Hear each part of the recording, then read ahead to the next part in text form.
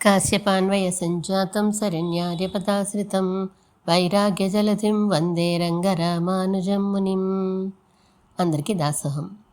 మన ఆచార్యులు శ్రీ శ్రీ శ్రీ త్రిదండ్రి శ్రీ రంగరామానుజ స్వామి వారు అందించిన రచనలు మనం చదువుకుంటున్నాం. ఆచార్యవాన్ పురుషోవేద, ఆచార్యుడు కలవాడే భగవంతుణ్ణి పొందగలడు, సాక్షాత్కరించుకొనగలడు అనే విషయాన్ని మనకి తెలియచేస్తున్నారు. బామ్మగారు మనవరాళ్ళు సంభాషణగా మనకి తెలియచేస్తున్నారు.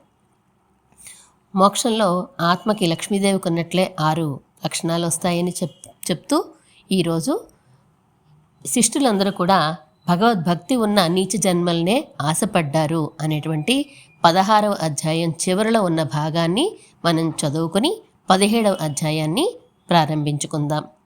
16వ అధ్యాయంలో విశ్వామిత్రుడు కదా, విభీషణుడు కదా, ఇవన్నీ తెలుసుకున్నారు మనవరాళ్ళు. తెలుసుకున్నాక భగవద్భక్తి లేకపోతే గనక కుంకుమ పువ్వు మోస్తున్న గార్ధవంతో సమానము పండితుడైనప్పటికీ అని చెప్పారు బామ్మగారు. ఆండాళ్ళు కూడా గోపికగానే తమని తాము భావించుకున్నారు అనే విషయాన్ని తెలియచేశారు. మోక్షం వస్తే ఈ ప్రకృతి సంబంధం వదిలిపోతుంది కదా, మరి అప్పుడు ఎలాంటి రూపం ఉంటుంది మనకి అని అడిగారు. బామ్మగారు సమాధానం చెప్తున్నారు.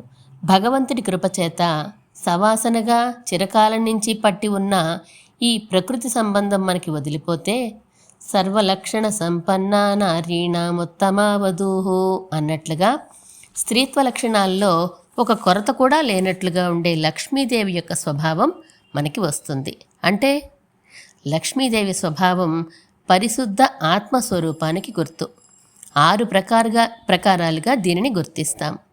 మొదటిది అనన్యార్హ శేషత్వం, ఆయనకి తప్ప ఇతరులకి వినియోగపడకపోవడం. రెండవది అనన్య శరణత్వం, ఆయన తప్ప ఇతరులు రక్షకులుగా లేకపోవడం. మూడవది అనన్య భోగ్యత్వం, ఆయన విషయం తప్ప ఇతర విషయాలయందు రుచి లేకపోవడం. ఇంకా సంశ్లేషం కలిగినప్పుడు ధరించగలిగి ఉండడం, విశ్లేషం కలిగినప్పుడు నిలవలేకపోవడం. తదేక నిర్వాహకత్వం, అంటే ఆయన చేతనే నిర్వహించబడడం. తర్వాత 3 అవుతాయి. ఇలాంటి స్వభావంతో భగవంతునికి కోరిన రూపంతో కైంకర్యం చేసుకుంటూ ఉంటాం ఈ ప్రకృతి సంబంధం వదిలిపోగానే. ఎలాగూ పరమపదంలో జన్మల తేడాలు లేవు కదా, ఈ మాత్రం దానికి ఉత్తమ జన్మ వదిలి నీచ జన్మకి ఆశపడడం ఎందుకు? మంచి కులం, ఐశ్వర్యం ఇవన్నీ కూడా కంటికి కనిపించే ఫలాలు. వీటి మీద కొందరికి ఆశ ఉండొచ్చు. దాంతో విశ్వామిత్రుల్లా ఇంకా ఎక్కువ కావాలని ప్రయత్నం చేసే అహంకారం కలుగుతూ ఉంటుంది. కంటికి కనిపించని ఫలాలు, శేషత్వం, కైంకర్యం చేసుకోవాలనే ఆశ, ఇలాంటి వాటిని పెంచుకోవాలంటే అహంకార రాహిత్యం వల్లనే కుదురుతుంది. అయితే వినుమరి, ఇలా కంటికి కనిపించే ఫలాలకి అవతలి హద్దు ఎవరు? చతుర్ముఖ బ్రహ్మ. ఆయనకి పైన గొప్ప కులం, ఐశ్వర్యం మరి లేవుగా. అతని మోక్షం ఎప్పుడు? ద్విపరార్థ వసానే మాం ప్రాప్తుమర్హసి పద్మజ అన్నాడు భగవంతుడు. మొత్తం నీ ఆయుష్ అంతా అయినాక నన్ను చూద్దుగాన్లే అని అర్థం. ఆయన ఆయుష్ అంతా తెలుసుగా. మన 432 కోట్ల సంవత్సరాలు ఆయనకి ఒక పగలు, అంతే అయితే ఒక రాత్రి, ఇది ఒక రోజు. ఇలాంటి రోజులు 30 అయితే ఒక మాసం, అలాంటి మాసాలు 12 అయితే ఒక సంవత్సరం, అలాంటి సంవత్సరాలు 100 అయితే అది ఆయన ఆయుష్ అంతే. కడిక్కమలత్తుళ్ళిరొందుం కాణ్గిలాన్ కన్నబడి కమలందన్ అయ్యయన్ అని ఆళ్వార్లు అన్నారు. నాభి కమలంతో ఉన్నా ఎప్పుడూ పాపం శ్రీకృష్ణ పరమాత్మ పాదాలు చూడలేదట ఆ బ్రహ్మ. ఇది దృష్ట ఫలాల రిజల్ట్. అహంకారం ఉండడానికి అవకాశం లేని గొల్ల జన్మైతేనో, ఎడమ కుడి కూడా తెలియని గొల్లపడుచు చింతయంతి చటుక్కున ఆయన పాదాలను పొందేసింది. తేడా చూసావా? అందుచేత ప్రకృతి సంబంధం పోయిన తర్వాత అంతా సమానమే అయినా ఆ సంబంధం త్వరగా పోవాలి అంటే అహంకారానికి అవకాశం లేని కులం, సామాజిక స్థితి కావాలి. దాన్నే కోరుకోవాలి. ఇక చాలు పదండి, ఆలస్యం అయిపోతుంది అంటూ గబగబా దారి తీశారు ఇంట్లోకి బామ్మగారు. ఇక్కడికి ఆచార్యవాన్ పురుషోవేద గ్రంథంలో 16 అధ్యాయాలు పూర్తి చేసుకున్నాం. 17వ అధ్యాయంలోకి అడుగు పెడదాం. 17వ అధ్యాయంలో శరణాగతి చేసిన వారి ప్రవర్తన ఎలా ఉండాలో, స్నేహితుల్ని, శరీరాన్ని, బంధువుల్ని, అలాగే భగవద్భక్తుల్ని, ఆచారుల్ని, వీరందరినీ మనం ఎలా భావించాలి, ఏ దృష్టితో చూడాలి అనే విషయాల్ని మనకి బామ్మగారు తెలియచేస్తున్నారు 17వ అధ్యాయంలో. బామ్మ, ఈ మధ్య రోజులన్నీ తృప్తిగా నడుస్తున్నాయే అన్నది యశస్విని. ఏంటి తేడా అడిగారు బామ్మగారు. ఎన్నో క్రొత్త విషయాలు తెలుస్తున్నాయి. నీతో ఎక్కువ కాలం గడపగలుగుతున్నాం. ఆచార్యుల వారి దగ్గరికి కూడా తరచుగా వెళ్ళగలుగుతున్నాం. ఇదివరకు మాత్రం బామ్మ కావలసిన విషయాలు చెప్పలేదా? ప్రత్యేకం ఈ మధ్యనంటావేం అడిగింది తపస్విని. ఇదివరకు చెప్పినవి కేవలం రామాయణం, భారతం కథలు, స్తోత్రాలు వంటివి మాత్రమే. ఇప్పుడో తత్వ విషయాలు చెప్తోంది. చూడెన్ని తెలుసుకున్నామో. మామూలుగా ఉత్కృష్ట నికృష్ట జన్మల గురించి, భాగవతోత్తముల గురించి ఇదివరకు నాకు వీటిలో చాలా తెలియవు. ఆ మాట నిజమేలే, కానీ ఈ తెలుసుకున్నవి ఆచరించడం ఏమంత సులభంగా కనిపించడం లేదు. ఏది మీరు ఆచరణ విషయంలో తెలుసుకున్నది ఆవగింజంత లేదు, ఇంకా చాలా తెలుసుకోవాలి. బాబోయ్, ఇంకా ఏంటున్నాయి? అసలైనవన్నీ ఇంకా ముందే ఉన్నాయి. ప్రపన్న దినచర్య తెలుసుకున్నారా? శరణాగతి చేసిన వారు ఎలా ఉండాలనేగా చెప్పావుగా. ఏదీ ఉపాయంగా ఆచరించకూడదు, అన్నీ ఆయన కైంకర్య రూపంగానే చెయ్యాలి అని చాలదా? తన స్వరూపాన్ని తాము స్పష్టంగా ఎరిగిన వారికి సరిపోతుంది. కానీ దేహాత్మాభిమాన రూపంగాను, స్వాతంత్రాభిమాన రూపంగాను రెండు విధాలా ఉండే అహంకారం ఆ అనుసంధానాన్ని నిలవనిస్తుందా? ప్రకృతి సంబంధం ఉన్నంతకాలం ఈ అహంకారం వెన్నాడుతూనే ఉంటుంది. ఇది తలెత్తగానే విషయ ప్రావీణ్యం బయలుదేరుతుంది. ఇక కైంకర్య రూపంగా ఏదైనా చేయడం ఎక్కడుంటుంది? నాకు నాకు అని అన్నీ ఆయన్ని అడిగి పుచ్చుకోవాలని అనిపిస్తుంది. అహంకారం, విషయ ప్రావీణ్యం కలవగానే భాగవత అపచారం చేస్తాం. దాంతో భగవన్ నిగ్రహానికి పాత్రలు అయిపోతాం. అసన్నేవా అన్నట్లు చివరికి భగవంతుడు లేడు అని అనడానికి కూడా వెనుతీయని స్వభావంగా మారిపోతుంది. మరెలా అయితే? అందుకే పెద్దలు కొన్ని పడిగట్లు పెట్టారు. పడి అంటే గుమ్మం, పడిగట్లు అంటే కొన్ని రిస్ట్రిక్షన్స్ అన్నమాట. ఇలా ఉండాలి, ఇలా ఉండాలి అని కొన్ని నియమాలు పెట్టారు. ఇవన్నీ ప్రధానంగా ప్రపన్నుడికి, అంటే శరణాగతి చేసేసిన వారికే వర్తిస్తాయి. మేము శరణాగతి చేసేసాం కదూ. నిజమే, గురువుగారి దగ్గర నుంచి ద్వైమంత్రం విని తిరిగి మీరు ఉచ్చరించగానే శరణాగతి అయినట్లే. అప్పటి నుంచి ఎలా ఉండాలో చెప్తాను వినండి. ఉత్తి వినడం కాదు, ఆచరించాలి. అయితే ఉండు, పెన్ను కాగితం తెచ్చుకుంటాం చెప్దు కానీ. నోట్స్ పుస్తకం తెచ్చుకోండి, కాగితం అయితే పరేస్తారు. సరే, ప్రారంభించు. మొదటిది, తన శరీరాన్ని తాను చూడగానే శత్రువుని చూసినట్టు అనుకోవాలి. అదేంటే మరీ విచిత్రం. శత్రువు ఏం చేస్తాడు? చంపే వరకు విడవను అని పళ్ళు కొరుకుతూ ఆయుధం పట్టుకుని తిరుగుతూ మీదకి వస్తాడు. అలాగే ఈ శరీరం కూడా రజోగుణం, తమోగుణాలతో నిండిపోయి ప్రారబ్ధ కర్మ అనుభవం అనే పళ్ళు కొరుకుతూ అహంకారం, విషయ ప్రావణ్యం అనే ఆయుధాలు పట్టుకుని మీద పడుతోంది. అందుకని ఈ శరీరాన్ని తలుచుకున్నప్పుడల్లా బాబోయ్ శత్రువు అని అనిపించాలి. శరీరం అంటే ఇంద్రియాలని అర్థమా? ఇంచుమించు అంతే.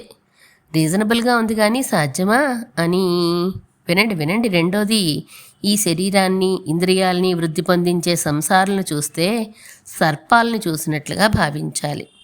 ఇది మాత్రం కరెక్టే. బంధువులు, స్నేహితులు వీరందరూ నానా బాధలు పెడతారు, ఏవో మాటలు మాట్లాడతారు. వాళ్ళకి అర్థం కాదు భగవంతుడు, మోక్షం అంటే. ఇప్పుడే ఇవన్నీ ఎందుకు అని అంటారు. ముసలివాళ్ళేక చూద్దాం అంటారు. అది తినమంటారు, ఇది చూడమంటారు, అలా రమ్మంటారు, ఇలా పొమ్మంటారు. బాబోయ్, వీళ్ల వల్లనే అసలు మనకి కలిగే కొంచెం ఆధ్యాత్మిక చింతన, భక్తి కూడా మాయమైపోతూ ఉంటాయి. నిజంగానే బుస్సుమని మీద పడే పాములే వీళ్ళందరూ. నాకైతే భలే చిరాకు అంది తపస్విని. నీకు చిరాకు మాత్రమే కానీ నాకైతే ఒళ్ళు మంట. యశస్విని, ఎంత అందంగా ఉంటావో అంటారు. నీకు కాబోయే భర్త అదృష్టవంతుడు అంటారు. ఇంకా ఎప్పుడే పెళ్ళి అంటారు. ఎంత మండిపోతుందో. తెలియకుండా అహంకారం పెరిగిపోతుందని గమనించరు అస్సలు. ఫ్రెండ్స్ అయితే మరీ బోరు. ఎంతసేపు బాయ్ ఫ్రెండ్స్, ప్రేమలేఖలు, పెళ్ళిళ్ళు, ఈగోలే. విషయ ప్రావీణ్యం అంటే అదే కదా. నిజంగా ఇవన్నీ సర్పాలే బాబు. మంచి మాట చెప్పావు బామ్మ. ఇక మూడోది, అహంకారం. అహంకారం లాంటి వాటిని తొలగించగలిగే భక్తులని, భాగవతోత్తముల్ని చూస్తే బంధువుల్ని చూసినట్లుగా అనిపించాలి. ఇది నిజమే. వీళ్ళు వైష్ణవులు భక్తులు అని నాకు కనిపించగానే సాష్టాంగ దండం పెడతాం కదా. తల వంచేసరికి కొంత అహంకారం తగ్గినట్లే. మాట్లాడితే వినయంగా మాట్లాడతాం. అహంకారం కంట్రోల్ అయినట్లే. వాళ్ళు తిడితే ఎదురు తిరగం కదా. పక్కకు వెళ్ళి ఏమనుకున్నా వేరే విషయం. కనీసం ఎదురుగా అయినా అహంకారం ఆగుతుంది. వారెదురుగా ఎక్కువ తినడానికి కానీ ఎక్కువ మాట్లాడడానికి కానీ సంకోచిస్తాం. భార్యాభర్తలే అయినా స్త్రీ పురుషులు కూడా కాస్త కంట్రోల్లో ఉంటారు. అదే బయట అయితేనా బాబోయ్ ఎలా ప్రవర్తించాలో అలా ప్రవర్తిస్తారు. అందుచేత డెఫినెట్గా శ్రీ వైష్ణవులు భాగవతోత్తములు మన అహంకారాన్ని యశప్రావణ్యాన్ని తగ్గించేవారే. వారే నిజమైన బంధువులు. మనందరి విషయంలో నువ్వు చెప్పేది నిజమే, కానీ పాపం శ్రీ వైష్ణవులుగాను భాగవతోత్తములుగాను ఆయా కుటుంబాల్లో పుట్టిన వారికి అహంకారాలు తగ్గే అవకాశం లేదు కదా పాపం. ఎందుకంటే వాళ్ళు ఇంకో కులం వారికి దండాలు పెట్టరు. పెంటించుకోవడమే వాళ్ళ హక్కు. అదిగో భాగవతాపచారం చేస్తున్నావు, నోర్మి. తప్పు నిజమే, నేను వారిని ఎంచకూడదు. 4వది, భగవంతుణ్ణి చూస్తే తండ్రిని చూసినట్లుగా అనిపించాలి. ఎలా కనిపిస్తాడు బామ్మ, నీది మరీ చోద్యం. అర్చావతారంగా విగ్రహం రూపంలో కనిపించడం లేదు. ఓ అదా. మనకి శరీరం ఇంద్రియాలు ఇచ్చి వాటితో అడ్డదిడ్డంగా ప్రవర్తించకుండా ఒక శాస్త్రం ఇచ్చి తప్పు చేస్తే శిక్షిస్తూ మన హితాన్నే చూస్తూ వెళ్తున్న స్వామి తండ్రి కాడు మరి. సరే, భగవంతుని చూస్తే తండ్రిని చూసినట్లుండాలి. రాసుకున్నాను. 5వ చెప్పు. ఆచార్యుణ్ణి గురువుగారిని చూస్తే యశస్విని బోరుడు ఆతృతగా అడిగింది. ఆకలి వేసినవాడు అన్నాన్ని చూసినట్లుగా చూడాలి. పగలబడి నవ్వింది తపస్విని. దీనికి బాగా చెప్పి విషయాన్ని అంటూ పొట్ట పట్టుకుని మరీ నవ్వింది. ఏమంత నవ్వొచ్చేదేముందే, అంత అర్థం కాక అడిగారు యశస్విని బామ్మ కూడా. నవ్వు నాపుకొని కొంతసేపటికి అన్నది తపస్విని. మాటిమాటికి వెళ్ళి గురువుగారి బుర్ర తినేసి వస్తుంటుందిగా. ఆకలి వేసినప్పుడల్లా అన్నం ఆ గురువుగారే కాబోలు దీనికి అంటూ మళ్ళీ నవ్వింది. బామ్మకి నవ్వు వచ్చింది కానీ బిగపట్టుకున్నారు. యశస్వినికి రోషము వచ్చింది, నవ్వు వచ్చింది. నేనేం ఆయన అల్లరి పెట్టను, బుద్ధిగా కూర్చుంటాను ఆయన దగ్గర అన్నది బొంగమూతి పెడుతూ.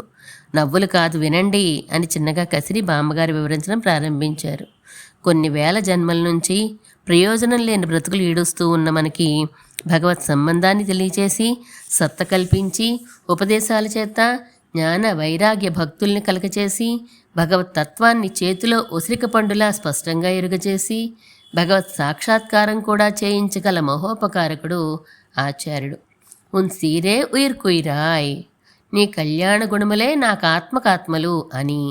ఉంతాన్మయిల్ పిరంగియ సీరన్ని వేండిలన్, నీ గుణములు తప్ప వేరోటి కోరను అని చెప్పినట్లు భగవంతుడే తనకి ధారకంగా భోగ్యంగా ఉండే ఆచార్యుని కళ్ళారా చూస్తే ఆహారం కోసం కంటి వెంట నీరు ధారగా కారుస్తూ తిరిగే ఆకలిగొన్నవాడు తనకిష్టమైన భోజన పదార్థాలు కనిపించగానే వాటిని చూసినట్లు అనిపించాలి.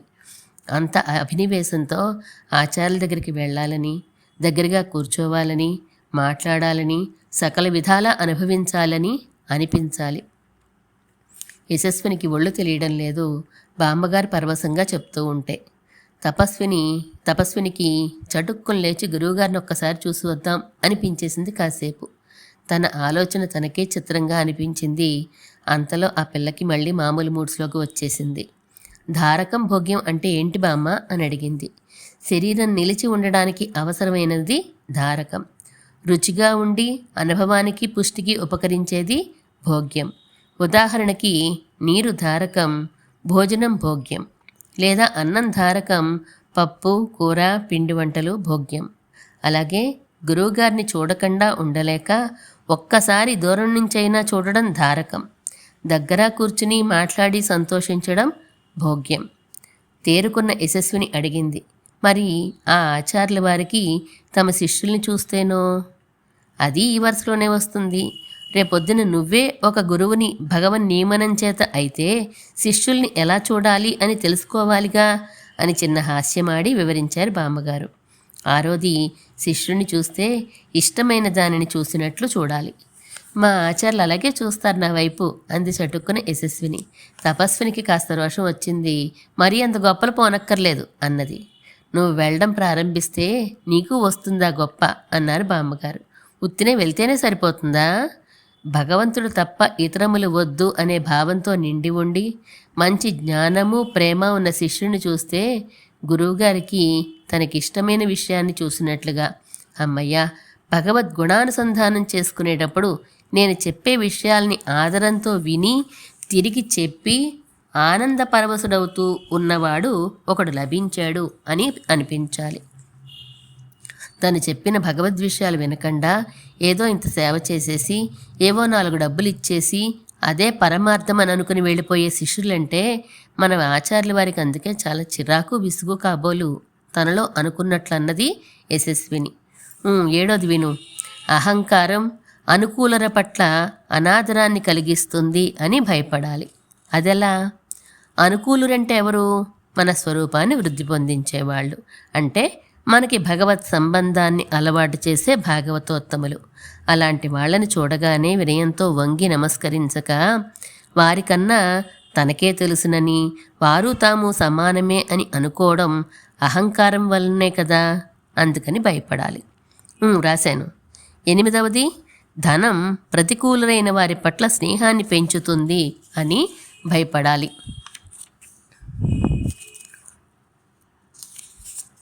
ప్రతికూలురంటే తనని సంసారంలోకి లాగేసేవారు, స్వరూపాన్ని వృద్ధి పొందనివ్వనివారు అనేనా అర్థం? అదే అర్థం. ధనం మీద ఆశ ఎలా ఉంటుంది? ఎవరినైనా సరే కొంచెం ఆశ్రయించి ఓ 4 డబ్బులు చేసుకుందాం అని ఎగతోస్తూ ఉంటుంది కదా. స్వరూపనాశనం చేసేవారి ఈ సంసారులు అని వారిని చూడగానే అనుకోక డబ్బులు వస్తే చాలు అని ఎవరిని చూసి పరిగెత్తి పారిపోవాలో వారిని చూసి అన్న, మావయ్య, బాబాయ్, అక్క, వదిన, అత్త అంటూ సంబంధం కలుపుకొని వాళ్ళున్న ఇళ్ళకి మాటిమాటికి వెళ్తూ వారిని పిలిచి విందులు గౌరవాలు చేస్తూ వాళ్ళని పొగుడుతూ ఉండడం ప్రతికూలుర పట్ల చూపించే ప్రావణ్యమే కదా. దానికి భయపడాలి. బామ్మ, భాగవత అపచారం అని నువ్వు దెబ్బలాడకపోతే ఒక విషయం. సన్యాసులుగా అయిపోయిన కొంతమంది స్వామీజీలు కూడా తమ ఆశ్రమాలకి డబ్బులు రావాలని ఇలాగే చేస్తూ తిరుగుతున్నారు అని అనిపిస్తుంది. ఆశ్రమం అభివృద్ధి నెపంతో తమని తాము పెంచుకోవాలని చూసే వాళ్ళని భాగవతోత్తములు అని అననక్కర్లా. భగవంతుడి విషయం వచ్చేసరికి ఎంతెంతటి డబ్బులున్న వాళ్ళైనా తిరస్కరించగలిగితేనే వాళ్ళు భాగవతోత్తములు. ధనవంతులు ఇచ్చే సంభావనలకి సత్కారాలకి లొంగిపోయి వాళ్ళని పొగిడి ఇతరులందరికీ వర్తింపచేసే నియమాల్లో వాళ్ళకి మాత్రం కన్సెషన్ ఇస్తూ వారిని చూస్తే భాగవతోత్తములని ఎవరూ పిలవరు. బయట వేషం అలా ఉంటుందంతే. వీళ్ళంతా ధనం ప్రతికూలర పట్ల ప్రావణ్యాన్ని కలిగిస్తుంది అని భయపడని వారు కారు. అలా భయపడాలి ప్రపన్నుడు అని మనం చెప్పుకుంటున్నాం. అహంకారం అర్థం చెప్పావు. తర్వాత కామం అంటే విషయాలు అనుభవించడం. ఇది తమని ఉపేక్ష చేసేవారి పట్ల అపేక్షని కలగజేస్తుంది అని భయపడాలి. ఇది 9వది. అర్థం కాలేదు, కొంచెం వివరించు. అందంగా లేకపోవడం వలన కానీ, డబ్బు లేకపోవడం వలన కానీ, వార్ధక్యం వలన కానీ, అనారోగ్యం వలన కానీ తనని స్త్రీలు చేదరించుకుంటున్న కొద్దీ వాళ్ళ మీద అపేక్ష పెంచుతూ ఉంటుంది పురుషులకి ఈ కామం. అలాగే స్త్రీలకి పురుషుల విషయంలో కూడా అంతే. దీనంత చెడ్డది లేదు. ఎంత ఉపేక్షిస్తున్నా మళ్ళీ అక్కడికే వెళ్తూ ఉంటాడు. పెద్దలు చూసి నవ్వుతారనే సిగ్గు కూడా ఉండదు. అందుచేత ఆ కామానికి భయపడాలి. మొత్తం మీద మనం భయపడవలసినవి అహంకారం, అర్థం, కామం, ఈ 3 అన్నమాట. ఇప్పటికి 9 చెప్పావు, కానీ అమానిత్వము, అదంబిత్వం లాంటి ఆత్మగుణాలు పెంచుకోవాలని, అందుకు ప్రాక్టీస్ చేయాలని చెప్పలేదేమిటి బామ్మ? ఇవన్నీ ఉండాలని భగవద్గీత 13వ అధ్యాయంలో ఉందిగా. చెప్తున్నా నాకు తోచినవన్నీ తోచిన వరుసలా చెప్తున్నాను అనుకుంటున్నావా? శాస్త్రం ఎలా చెప్తోందో అలా చెప్తున్నా, విను, కంగారు పడకు. ఆత్మగుణాలు తన ప్రాక్టీస్ వలన కానీ ఇతరుల ప్రభావం వలన కానీ కలిగించుకోవడం సాధ్యం కాదని నిర్ణయించుకోవడం 10వది. ప్రాక్టీస్ వలన రావు. అనాది కాలం నుంచి అహంకారం మొదలైన వాటికి పుట్టిల్లై అనాత్మ గుణాలతో నిండి కర్మ ప్రకారం నడవడానికే ప్రయత్నం చేసే మన వలన కానీ, మనలాంటి సంసారాల వలన కానీ ఆత్మగుణాలు కలగవు. మరి 11వది ఆచార్య అనుగ్రహం కారణంగా భగవంతుని వలననే కలుగుతాయి అని నిర్ణయించుకోవాలి.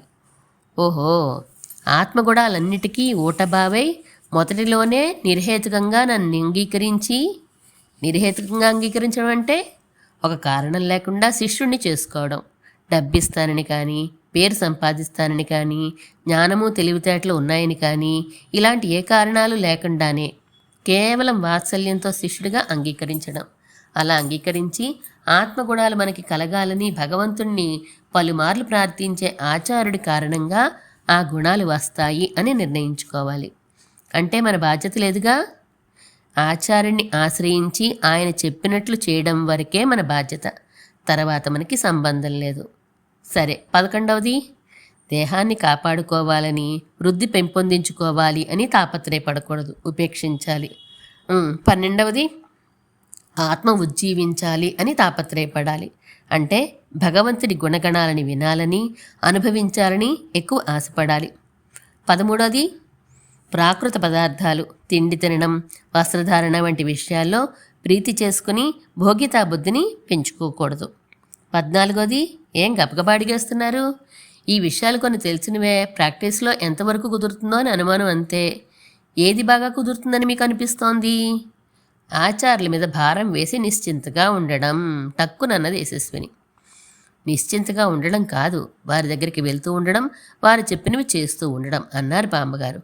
అదే లేవే నా ఉద్దేశం అన్నది యశస్విని. నీకో పెద్దదానా?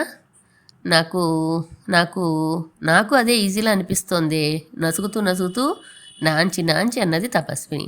హై హై అని కేక వేసింది యశస్విని ఆనందంతో. సూర్యుడు ఇవాళ పడమట ఉదయించాడా అన్నది నవ్వుతూ.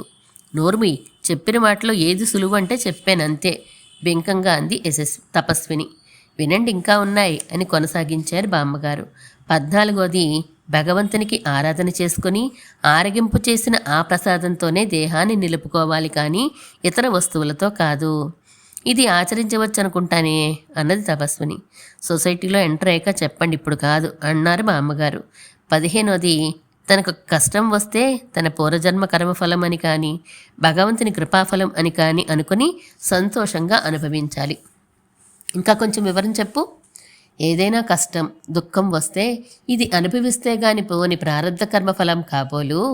ఇలాంటి కర్మలన్నీ పోయే వరకు కదా భగవంతుడు మనల్ని ఈ శరీరంలో ఉంచుతుంది.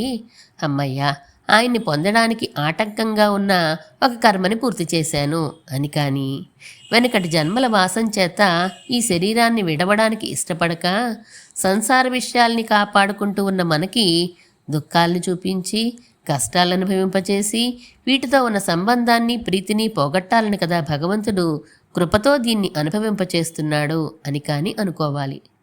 శరణాగతి చేయగానే అన్ని కర్మలు పోతాయని కదూ బామ్మ అనుకుంటారు అందరూను. శరణాగతి చేయడానికి ముందర చేసినవన్నీ పూర్వాగాలు, తర్వాత చేసినవన్నీ ఉత్తరాగాలు. ఇవి కాక ప్రారబ్ధ కర్మలు ఉంటాయి కదా. సర్వపాపేభ్యో మోక్ష ఇష్యామి అంటే ఇవన్నీ తొలగిస్తాను అనే అర్థం. ఇక్కడ ప్రారబ్ధ కర్మ అంటే ప్రారంభమైపోయినా వేరొక శరీరంలో అనుభవించవలసిన కర్మ. దానిని కూడా తొలగించగలిగిన వాడికి ఈ శరీరపు ప్రారబ్ధాన్ని తొలగించలేడు. మరెందుకు తొలగించడం లేదో చెప్పండి చూద్దాం.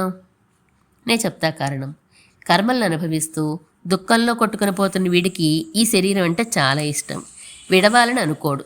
ఇలాంటి వీడికి దుఃఖాలు లేకుండా చేస్తే ఇక ఈ శరీరాన్ని అస్సలు వదలాలనుకోడు, లేదా ఇంకా ఇలాంటి శరీరాలు కావాలనుకుంటాడని దుఃఖ కర్మలను వదలకుండా అనుభవింపచేస్తాడు భగవంతుడు. అవునా?